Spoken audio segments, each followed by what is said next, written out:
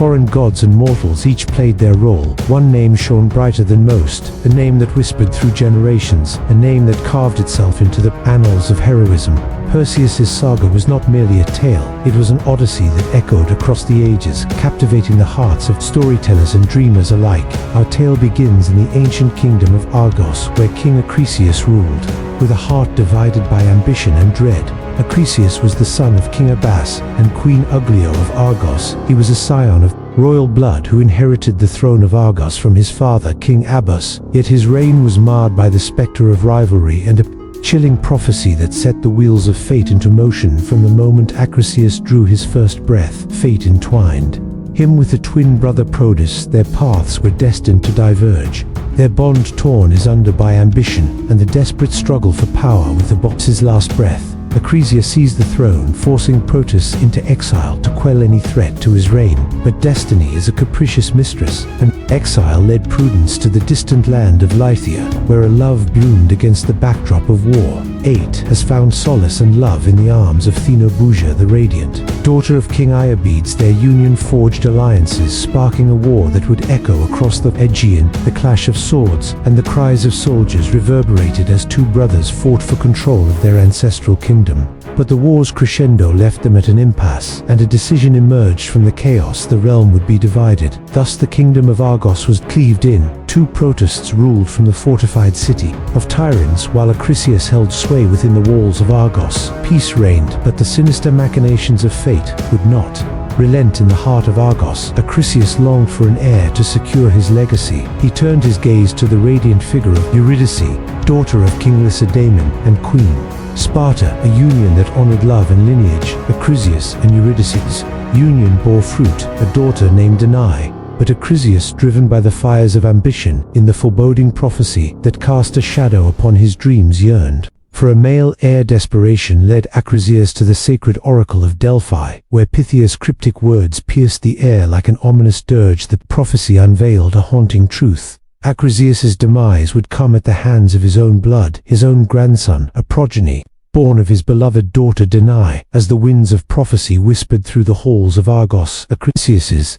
desires shifted. The quest for male heir morphed into a relentless determination to thwart the birth of his fateful grandson. Fear and determination melded in his heart, and a plan began to take shape. A plan that would set forth a series of events that would carve their names into the annals of mythology. In the ancient kingdom of Argos, Perseus returned from the oracle of Delphi with more than just a heavy heart. He carried with him the weight of a prophecy that hung over his kingdom like a shroud of impending doom. The oracle's words echoed through his mind, an ominous reminder that fate could be both a ruthless tyrant and an inescapable destiny. As a crisis stood upon his kingdom's soil, the air was thick with a tension that could not be dispelled. The oracle's whispers, as if carried by the wind itself, filled his ears. A grandson born of his own blood would be the architect of his downfall. The prophecy was a chilling gust that extinguished any lingering warmth of hope or ambition, leaving behind an icy trail of apprehension. Caught in the crossfire of his own conflicting emotions,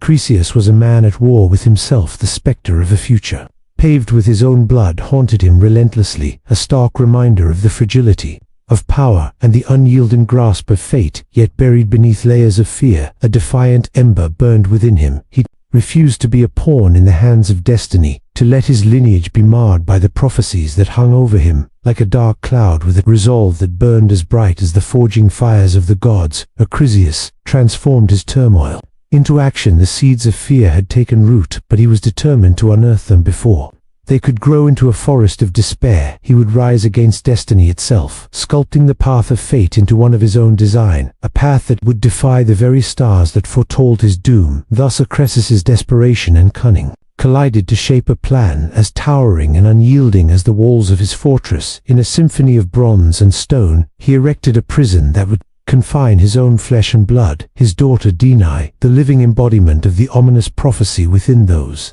stone walls. She became both captive and pawn, a pawn in his ruthless game against the hands that guided the threads of fate. The fortress's Walls gleam it with a cold metallic sheen, a reflection of Acrisius' iron-willed determination. His eyes blazed with an unshakable purpose to outwit the gods themselves, to master his own destiny. In the face of their cosmic power, the fortress was a bastion of defiance, a testament to the lengths a man would go to wrest control from the hands of the divine. In the heart of Argos, a father's desperate act and a daughter's captivity ignited a chain of events that would reverberate through history. The towering fortress reached for the heavens. Standing tall against the backdrop of the kingdom's skyline, it became a symbol of mortal tenacity against the whims of an unforgiving fate, and within its shadowed embrace, Danae's life became tied to the prophecy, intertwining her destiny with those of gods and heroes. But fate, as it often does, weaves its own tapestries, disregarding the designs of mortals, and so as the prophecy spectre loomed large, it was Zeus, the king of gods, who decided to challenge the very tower Acrisius had built. The heavens themselves would bend to his will as he cast aside his divine form, shrouding himself in a cascade of golden rain, a radiant descent that would forever alter the course of Danae's life, intricately manipulating the fabric of the cosmos. Zeus chose a guise that would capture not just Danae's gaze, but her heart, a cascade of golden light that tumbled from the celestial heavens to caress the mortal realm. The brilliance of his divine transformation seeped through the tower's roof, bathing Danae in a glow that transcended mortal comprehension. She lay there, bathed in a torrent of ethereal luminescence, an unwitting recipient of the gods' enchanting presence. In that moment, the boundaries between the realms dissolved, time itself bowing to the whims of divine desire. Danae's senses danced to the rhythm of the cosmos as Zeus bestowed upon her a gift both breathtaking and life-altering, the seed of life, the essence of his very godhood. It was a union beyond the carnal, a merging of the mortal and the divine, a symphony of power and love that played out beneath the luminous canopy. As the golden radiance retreated, Danae found herself forever changed, cradling a secret too profound to comprehend, the seed of Zeus himself, a divine ember that had ignited the spark of life within her mortal womb. Zeus had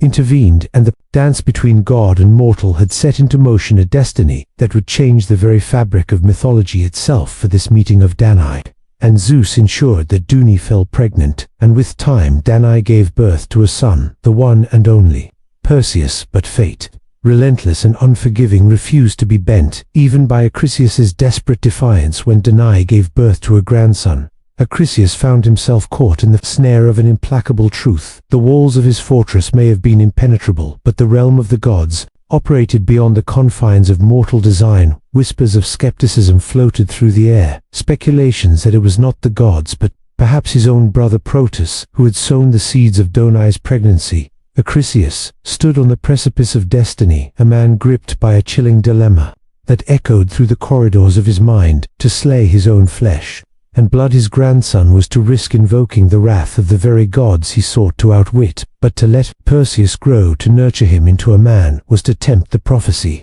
that a future lay where his own blood would stain his hands. In the echoing chambers of his palace, Acrisius wrestled with the scales of destiny, his heart heavy with the decision that carried the weight of both the present and the yet-to-be. It was a battle between his fear of the gods' retribution and his desperation to control his own fate, and in that struggle, a grim realization crystallized. He had but one path left to tread. With a heart burdened by the inevitability of his choice, Acrisius embarked on an act that would send ripples across the seas of time. He crafted a chest, its wood sturdy and its frame large enough to cradle both his daughter and his grandson. Into this vessel of fate he placed Danae and Perseus, binding their destinies to the mercy of the open sea, and with the silent benediction of despair he cast the chest adrift, relinquishing them to the vast embrace of the waves. The sea, ever the mistress of uncertainty, held the chest in its grasp. Acrisius watched the horizon with a heart that battled grief and resolve in equal measure. He knew not whether the waves would embrace the chest with a gentle cradle, or deliver a fate far more ominous. As the chest dwindled into a speck on the horizon, he clung to the fragile hope that the gods perhaps would be merciful. Acrisius' reasoning was as desperate as it was shrewd, the logic of a man ensnared in the intricate dance between divinity and human will. He cast his hopes to the fickle winds, wagering the lives of his own blood against the whims of gods. Yet destiny's currents were far from finished. With Danae and Perseus from the lofty heights of Mount Olympus, Zeus gazed upon his lover in the son they had borne together, a child of both divine and mortal lineage, the father of gods, could not remain a mere observer, for his heart was entwined with the lives of those he had touched, and so with a silent plea that resonated through the heavens, Zeus called upon Poseidon. The waves of Poseidon's realm responded to the divine command, and as if guided by the hand of fate itself, the chest that bore Danae and Perseus navigated the treacherous sea unscathed. It was on the sun-kissed shores of Seriphos, a tranquil island embraced by the azure waters, that their journey found its destination. A humble fisherman, Dictys, cast his eyes upon the chest that fate had bequeathed to his care with reverence and awe. He pried open the lid, revealing the treasures hidden within a mother and her son, refugees of destiny. Danae's beauty was as radiant as the sun that kissed the waves, and young Perseus, the child of gods, grew under the nurturing hands of immortal. The passage of years etched tales of resilience upon Danae's face. Her spirit, untamed by the tumultuous tides she had weathered the island of Seriphos, embraced them as its own, and Dictys became a steadfast presence in their lives, a beacon of kindness in a world often marred by shadows. The island's rhythm echoed and pierces his heart, transforming him from a boy into a man whose strength matched the very sea that had delivered him to these shores. But fate, it seemed, could not be swayed by the tranquil days that unfolded. King Polydectes, ruler of Seriphos, was a man ensnared by his desires, his sights set upon Danae as the jewel he coveted. Yet Danae's heart remained steadfast, her love reserved for the son she had nurtured with unwavering devotion. The king's desire morphed into obsession, casting a dark cloud over Danae's sanctuary. Polydectes knew that as long as Perseus was in the picture, he could not force himself upon Danae, for Perseus was now strong enough to protect his mother. But Polydectes, a master manipulator, concocted a plan to rid himself of the formidable obstacle that Perseus posed. Like a puppeteer pulling the strings of destiny, he crafted the tale of his impending marriage to a woman named Hippodamia, a tale that masked his true intentions beneath a veneer of celebration. The king's proclamation held a sinister caveat. He required an extravagant wedding gift, the likes of which only legends dared to dream in the dimly lit chambers of the palace. Polydectes revealed his scheme to Perseus. He painted a picture of devotion to Hippodamia, and a more that could only be consummated once a fitting tribute graced their union. And what tribute could suffice for such a grand occasion? The head of Medusa, the Gorgon, whose gaze could freeze hearts in an eternal stony embrace. The words hung in the air, laden with both challenge and danger. Perseus's heart quickened, his mind a whirlwind of conflicting thoughts. For in Polydectes' insidious proposal a glimmer of hope danced. It was an opportunity to secure his mother's freedom from the king's sinister desires. Perseus accepted the challenge, for he saw a chance to reshape their destiny, to forge a path where they could escape the clutches of a kingdom fraught with deceit. Polydectes, however, was no fool. He crafted his words with calculated precision, knowing that his manipulation had led Perseus into a trap. He believed the quest for Medusa's head to be a fool's errand, a death sentence, cloaked in the guise of glory, and Perseus, driven by a potent mix of love and determination, had walked right into the king's snare. Yet Perseus was a child of both immortal and a god. He was no pawn to be manipulated. The call of adventure echoed in his veins, mingling with the blood of Olympus. With each heartbeat his resolve grew stronger, a blazing determination to confront the impossible and redefine the narrative that fate had woven. Perseus, driven by a force more potent than fear, accepted this seemingly insurmountable quest. The burden of success rested upon his shoulders, as did the doubts of the skeptical king who had orchestrated this perilous path. For Medusa's lair was shrouded in mystery, a puzzle that seemed to defy even the gods. Knowing yet from the heights of Mount Olympus, the deities of old cast their watchful gaze upon the unfolding drama. Athena, the wise and fierce goddess, and Hermes, the swift messenger, descended from their divine abode to bestow their blessings upon Perseus. They saw in him the spark of resilience and valor that could reshape destiny. Guiding Perseus to the garden of the Hesperides, Athena gifted him a shield that was no ordinary piece of armor. Its surface gleamed like a polished mirror, and in its reflection lay a potent magic, a safeguard against the lethal gaze of Medusa. Beside the shield, Athena bestowed upon him a satchel of wondrous design, a vessel in which the severed head of the Gorgon could be contained without peril. Though Athena had already punished Medusa by transforming her into a Gorgon, she still sought to punish Medusa further by aiding in Medusa's demise. Hermes, the fleet-footed messenger of the gods, was not to be outdone. He placed upon Perseus' feet a pair of winged sandals, allowing him to soar through the skies with the grace of a bird escaping danger and reaching the unreachable, and in his hand Hermes placed an adamantine sword, a blade of celestial craftsmanship, capable of slicing through the most formidable of foes. Yet the greatest gift of all was one that bridged the realms of life and death. Perseus was bestowed with Hades' own helmet of darkness, an artifact of immense power that had played a pivotal role in the defeat of the Titans. With its dark magic, Perseus could become as intangible as a shadow, turning invisible and slipping past the vigilant eyes of his adversaries. Armed with the blessings of the divine and the artifacts of legends, Perseus stood on the precipice of destiny. The journey ahead would be fraught with challenges, but the very gods themselves had cast their lot with him. A mortal who dared to challenge the impossible. In the clash between the mortal and the monstrous, the stage was set for a tale that would resonate through the ages, a tale of heroism, sacrifice, and the indomitable spirit that defied even the harshest of odds. As Perseus stood before these divine patrons, his fate entwined with theirs, he wondered why the gods withheld the knowledge of Medusa's whereabouts. However, the gods in their wisdom understood that the journey was as important as the destination.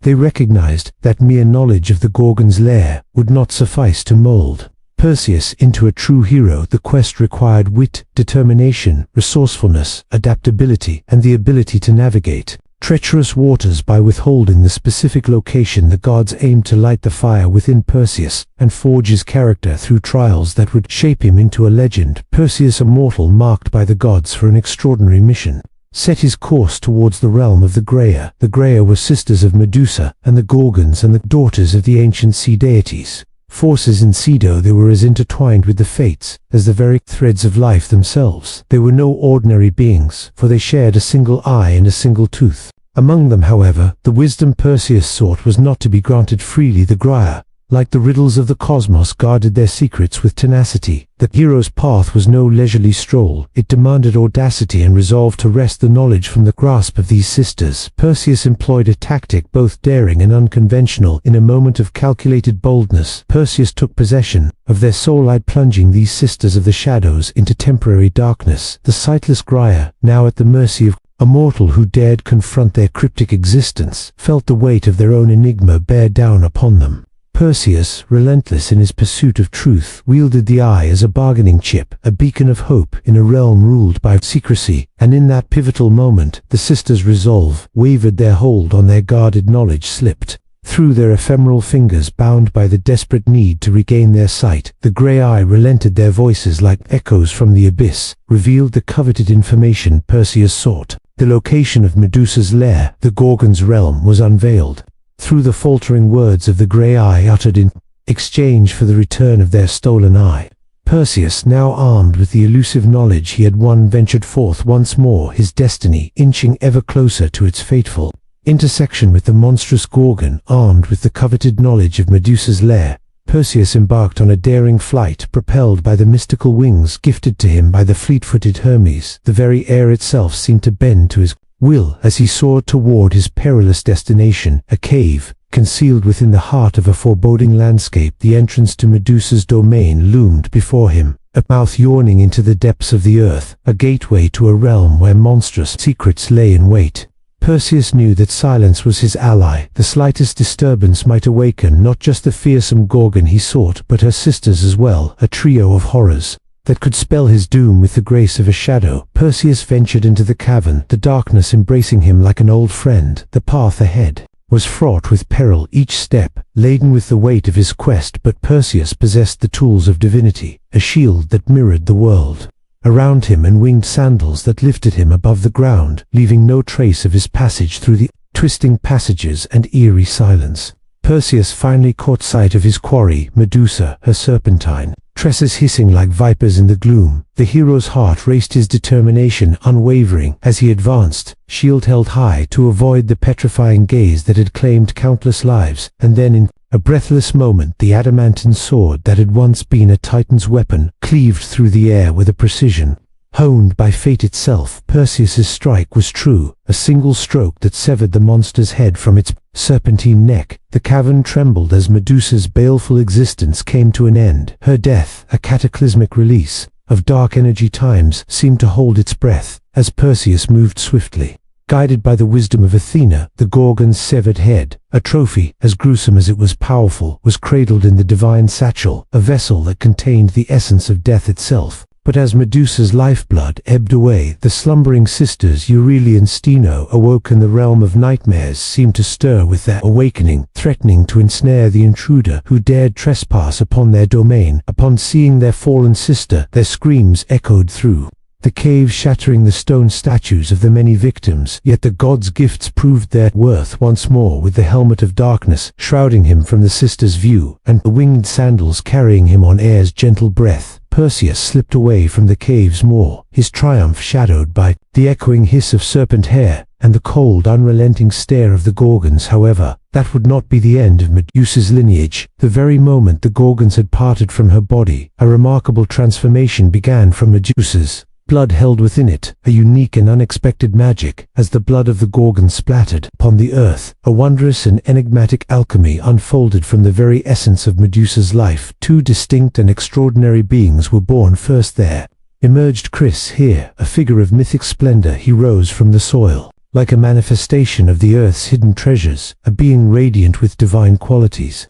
Chrysler emerged, fully grown and armed, his form a testament to the strange and potent mix of mortal and otherworldly essence. With his birth, the world witnessed the birth of a hero, a figure of strength and power, whose very presence seemed to resonate with the echoes of forgotten legends from the very same drops of blood that had given rise to him. A second marvel emerged, an equine creature of such grace and wonder that it seemed as if a dream had come to life. This creature was Pegasus, a winged horse of unparalleled beauty and majesty. Pegasus's wings, bathed in the essence of Medusa's magic, bore him aloft with an ethereal grace, carrying him through the skies with the freedom of the wind itself. Having accomplished his gruesome mission, Perseus found himself far from the sanctuary of his home. The journey back, fraught with trials and unforeseen encounters, promised its own odyssey of challenges. In the heart of Ethiopia, a realm drenched in golden sunsets and crashing waves, a monstrous shadow loomed over the land, a terror born of divine retribution.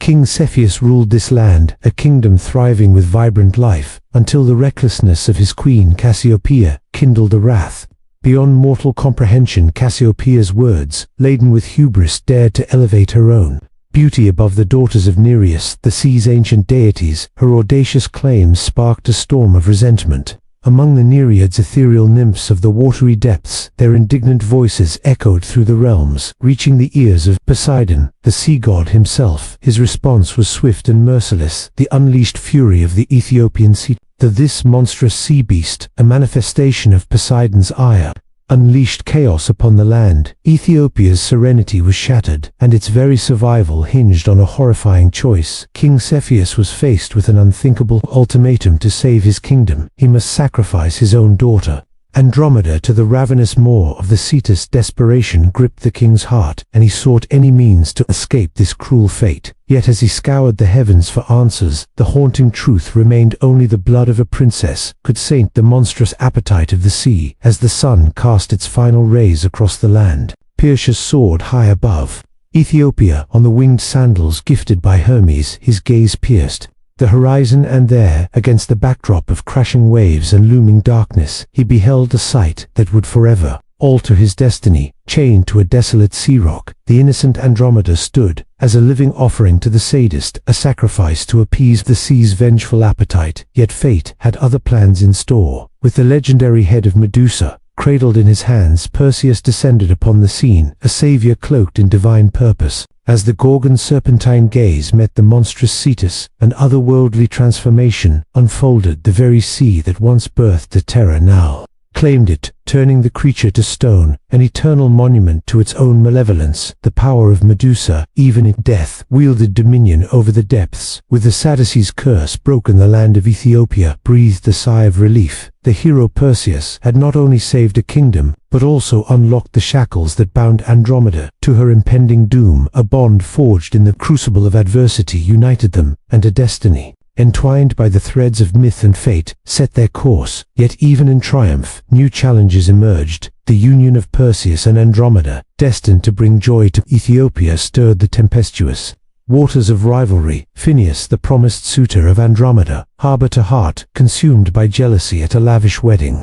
Feast emotions ignited into a fiery confrontation as Phineus and his followers sought to sever the ties between bride and groom, but Perseus, whose prowess and cunning knew no bounds, wielded the head of Medusa as a weapon of divine justice. With the Gorgon's head unleashed once more, the very essence of life turned to stone before his eyes. Phineus's treacherous scheme crumbled to dust, his followers immobilized in a stony tableau of their own making, leaving the sun-drenched shores of Ethiopia behind. Perseus and Andromeda embarked on a new chapter of their saga, a journey bound for Seriphos. As they soared through the skies, the blood of Medusa, once a force of terror, found new purpose as droplets of blood fell into the Red Sea, and the Sahara's sands. From this blood emerged the Red Sea's vibrant corals, and Sahara's slithering serpents. The road back to Seriphos was a path both familiar and transformed. Perseus, the bearer of the Gorgon's head, bore witness to the landscapes changed by their mythical journey, yet his return to the island he once called home was met with an unforeseen twist. The shadows of betrayal cast by Polydectes, the opportunistic ruler in Perseus's absence. Polydectes had seized the opportunity to lay claim to Danae's hand in marriage, exploiting the hero's noble absence. This audacious move was a spark, igniting a blaze of wrath within Perseus. With Medusa's head as his instrument, he breached the palace walls, unleashing the petrifying power of the Gorgon's gaze upon the treacherous king and his retinue. The palace, once a realm of intrigue and deceit, was transformed into a gallery of stone, a testament to the fate that befalls those who dare to manipulate the threads of destiny. The people of Seriphos gazed upon the petrified figures, marveling at the tale. They now stood witness to the tale of Perseus, a hero who wielded the very embodiment of fear itself. With the chapter of revenge concluded, Perseus' gaze turned skyward, his thoughts reaching towards the pantheon of gods who had guided and shaped his journey. Gratitude and responsibility intertwined, compelling him to return the divine gifts bestowed upon him. Yet Athena, goddess of wisdom and battle strategy, found a special place for the fearsome visage of Medusa, incorporating it into her aegis. Her legendary shield forged an emblem of both offense and defense, a symbol of her divine might, and an eternal link to the valiant hero who had defied fate itself. After the whirlwind of adventures and trials, Perseus's tale did not end with his heroic feats, with dictates now reigning. As the king of Seriphos, Perseus, Andromeda, and Danae set their sights on a new chapter, their return to Argos. The chasm that Acrisius had sought to widen between himself and his grandson had now shrunk, fate drawing them closer together, once more haunted by the weight of the oracle's foreboding prophecy. Perseus embarked on a journey to reconcile with the very figure whose shadow had loomed over his lineage, Acrisius, his grandfather. But fate's game is a wily one, and Acrisius, the king of Argos, had vanished into the obscure folds of the Pelasgian land, as if seeking refuge from the looming doom prophesied years ago. The irony was almost palpable, as Perseus arrived in Argos only to find an empty throne and the ghostly echoes of a kingdom abandoned. Undeterred, Perseus set his sights on Larissa, a place where the rhythmic pounding of athletes, his hearts, and the roar of the crowd created a vibrant pulse in the air. King Teutomedes held athletic games in honor of his deceased father, a spectacle where heroes and contenders sought to etch their names into history. Perseus, no stranger to competition, joined the fray in the midst of the games. Fate's hand reached out once more as Perseus threw a discus with skill and force. It struck an unexpected target, an old man frail against the tides of time. In an instant, the cheers of the crowd turned to hushed gasps as life's thread was abruptly severed. The truth, unveiled in a flash of revelation, was as chilling as it was inevitable. The old man struck down by the errant discus was none other than Acrisius himself. The prophecy that had cast its long shadow over Perseus's journey had been fulfilled, a twist of fate, both haunting and poignant. In that moment, amidst the shock and the silence, the grand saga of Perseus came full circle. The hero who had defied gods, vanquished monsters, and shaped his own destiny, now stood face to face with the legacy of his lineage. Though the prophecy had been fulfilled, Perseus rejected the throne of Argos, believing it was not right to benefit from the death of his grandfather, which he unintentionally caused. Perseus arranged an exchange of kingdoms with his cousin and son of Probytus. Megapanthus would rule as the king of Argos, while Perseus ruled as the king of Tyrants and Medea. He sought to forge his own kingdom, one of his own making. He breathed life into a new city, Mycenae, whose foundations would echo with his name through the annals of time as the years flowed on. Mycenae flourished under the stewardship of Perseus, a monument to his vision and resilience. Amid its walls, Perseus and Andromeda built a life together, one blessed with the laughter and cries of their children, 9 and all 7 sons and 2 daughters who carried forth their legacy, each a note in the symphony of their lineage. Perseus later became the ancestor to many Greek figures such as Heracles, Helen of Troy, and the Dioscuri Castor, and Polydeuces. The tale of Perseus, a hero who defied gods and destiny alike, came full circle within the walls of Mycenae. The echoes of his exploits reverberated through the ages, an enduring testament to the indomitable spirit that shaped the course of his life. And as the winds of time swept through the realm, he forged Perseus's legacy endured, etched in stone story and the very fabric of myth itself. Foreign